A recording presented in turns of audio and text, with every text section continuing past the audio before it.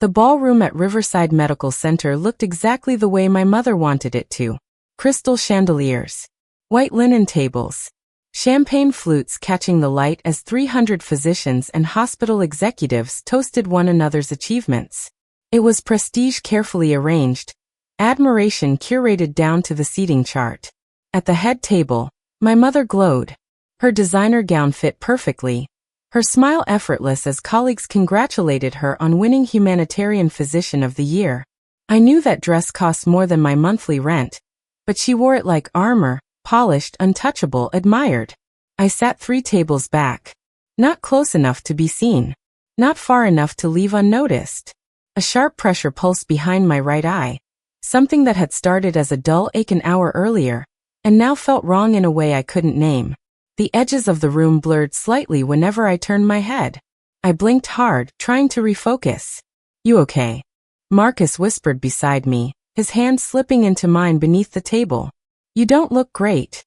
"Just a headache," I said, though my tongue felt thick around the words. I was 26. Healthy. Probably just overwhelmed. Mom had called 2 days earlier. "Olivia, I need you at the awards ceremony," she'd said briskly. "Dr. Elizabeth Reeves is presenting the award. Family presence matters. And please don't mention your little graphic design business. These are serious medical professionals." The pressure in my head intensified, spreading like a storm building too fast. I pressed my fingers to my temple, trying to steady myself as the MC's voice filled the room. "Ladies and gentlemen, it is my honor to introduce tonight's presenter. Dr. Elizabeth Reeves has spent 4 decades advancing emergency medicine and stroke care. She mentored many of tonight's honorees, including our Humanitarian Physician of the Year." Applause thundered. Dr. Reeves stepped onto the stage, sharp-eyed, composed, the kind of presence that commanded attention without asking for it. That was when my left hand went numb. At first, I thought it had fallen asleep.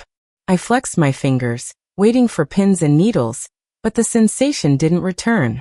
Instead, the numbness crept upward, past my wrist, along my forearm. "Marcus," I whispered. The word came out wrong. Slurred. His head snapped toward me.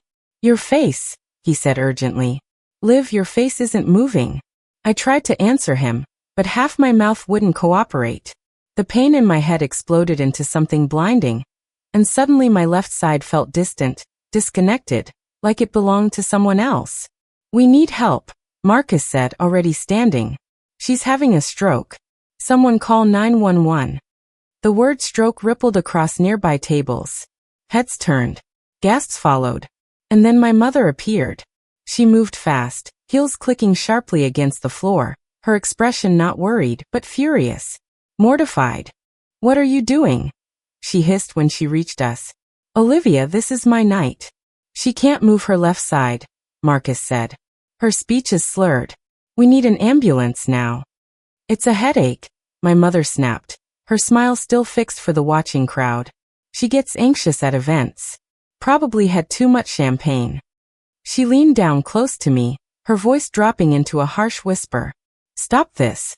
You are not going to ruin the most important moment of my career by faking a medical emergency for attention."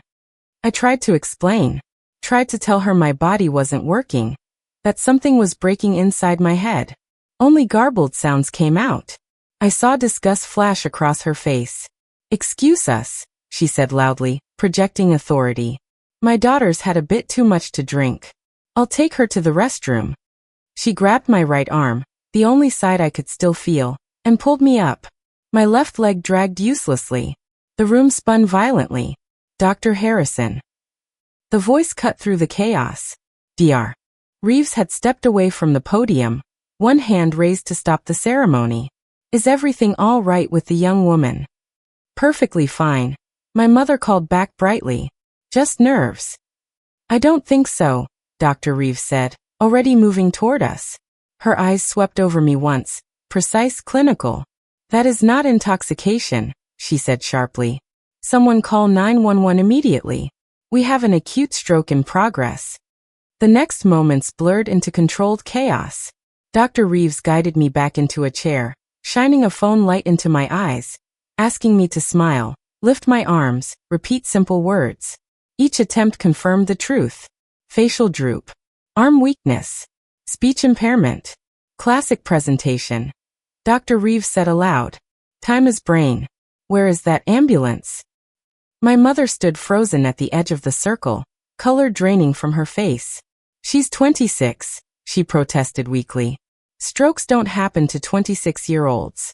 They happen at any age, Dr. Reeves replied curtly, especially when dismissed. The ambulance arrived minutes later. As paramedics loaded me onto the stretcher, Dr. Reeves turned to my mother. Dr. Harrison, she said coolly, I suggest you remain here and accept your award. You've made your priorities clear. The words landed harder than any pain. And as the doors closed and the siren began to wail, I realized something terrifying and undeniable. If Dr. Reeves hadn't intervened, I might not have left that ballroom alive. If this story is gripping you already, give it a like, it helps the channel more than you know. And don't forget to subscribe for more powerful stories like this. I drifted in and out of consciousness to the sound of monitors beeping and unfamiliar voices speaking in clipped, urgent tones. Bright lights burned through my eyelids. Hands moved my head. Tubes. Pressure. Words floated in and out. Hemorrhage. Midline shift preparer. When I finally woke fully, the world felt thick, like it was wrapped in cotton. My head throbbed in a deep, aching way that went beyond pain. My mouth felt heavy. I tried to move my left hand. Nothing. Panic surged. Easy, a calm voice said. You're safe. I turned my eyes slowly. Dr. Elizabeth Reeves sat beside my hospital bed, reading from a chart. She looked exactly the same as she had in the ballroom, focused, unflinching, fully present. You're at University Hospital, she said gently. You had a hemorrhagic stroke caused by a ruptured arteriovenous malformation. We operated immediately. My throat worked. Mom. I managed. Dr. Reeves' expression tightened, not angry, but disappointed in a way that carried weight. Your mother was notified, she said. She came briefly.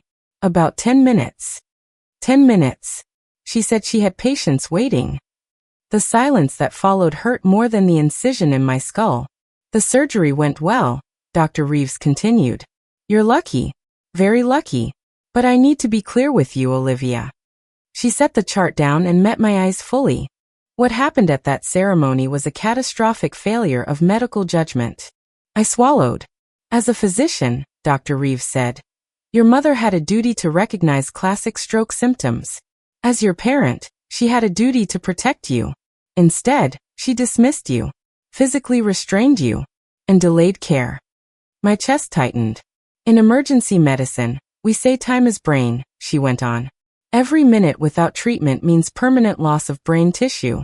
The delay you experienced directly affected the extent of damage. The words landed slowly, painfully.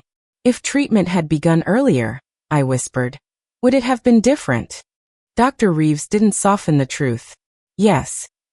The door opened quietly.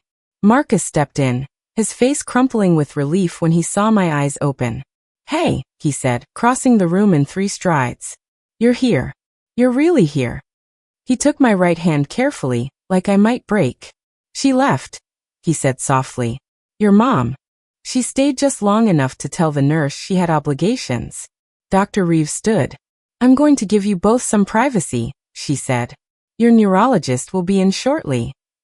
She paused at the door. And Olivia, your mother's conduct has been formally reported. The days that followed blurred together in pain medication, scans and physical therapy assessments. I learned how much damage had been done. How lucky I was to be alive. How close I'd come to losing speech permanently. Or mobility. Or everything. 6 days later, Marcus sat on the edge of my bed, his jaw tight. The medical review board met, he said. My heart sank. Dr. Reeves testified. 3 other physicians from the ceremony corroborated what happened. I closed my eyes. They ruled your mother's actions constituted medical negligence and a violation of physician ethics. I opened them again. What does that mean? He exhaled slowly. 6 months suspension of her medical license. Mandatory ethics retraining. Immediate resignation from Riverside Medical Center. My breath caught. And the award. Rescinded. Marcus said quietly. Officially, Dr. Reeves is receiving it instead. I didn't feel triumph. I felt hollow. She called, he added. Wants to visit. Wants to explain. Explain what? That she saw me losing function and chose optics. That she called my stroke dramatic attention-seeking. That she valued applause more than my pulse. I don't want to see her, I said. Marcus nodded instantly. Okay. The recovery was brutal. Physical therapy, speech therapy, occupational therapy, learning how to trust my body again, learning how to grip a cup, how to say words without forcing them out carefully, syllable by syllable. My mother's messages stacked up unanswered. You ruined everything. She's devastated. She's your mother. Dr. Reeves checked in often. You're improving, she told me. You're doing the work. She lost her career because of me, I said once. No, she corrected gently. She lost it because she failed you. That truth settled deep, and for the first time, I stopped feeling responsible for the consequences of someone else's choices.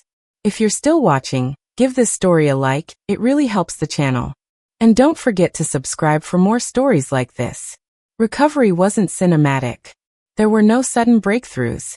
No dramatic moment where my body snapped back into place. It was slow, unforgiving, humbling. Every morning began with reminders of what had been lost.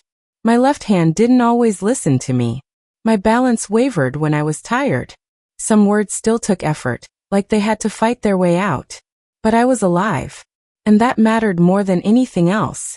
3 weeks after surgery, I was transferred to inpatient rehabilitation. Physical therapy in the mornings. Speech therapy after lunch. Occupational therapy until my muscles trembled with exhaustion. Marcus was there every day. He learned how to help me button shirts without making me feel helpless. How to wait patiently when my words stalled. How to celebrate tiny victories, gripping a fork, tying a shoe, walking 10 steps without assistance. My mother never came. Her messages continued, each one more desperate than the last. I made a mistake. I didn't understand. Please let me explain. I didn't block her. I just stopped responding. Because explanations don't undo delayed care. Apologies don't reverse brain damage. And remorse doesn't erase choices. 2 months later, I walked out of the rehab center on my own. Slowly, carefully, but independently. Dr. Reeves met me in the hallway before discharge. You did remarkably well, she said. Many patients don't recover this quickly. You saved my life, I replied. She shook her head gently. I listened. That's all. She hesitated, then added, Your mother reached out again. I sighed. She wants forgiveness, Dr. Reeves continued. But more than that, she wants absolution. Those aren't the same thing. I nodded.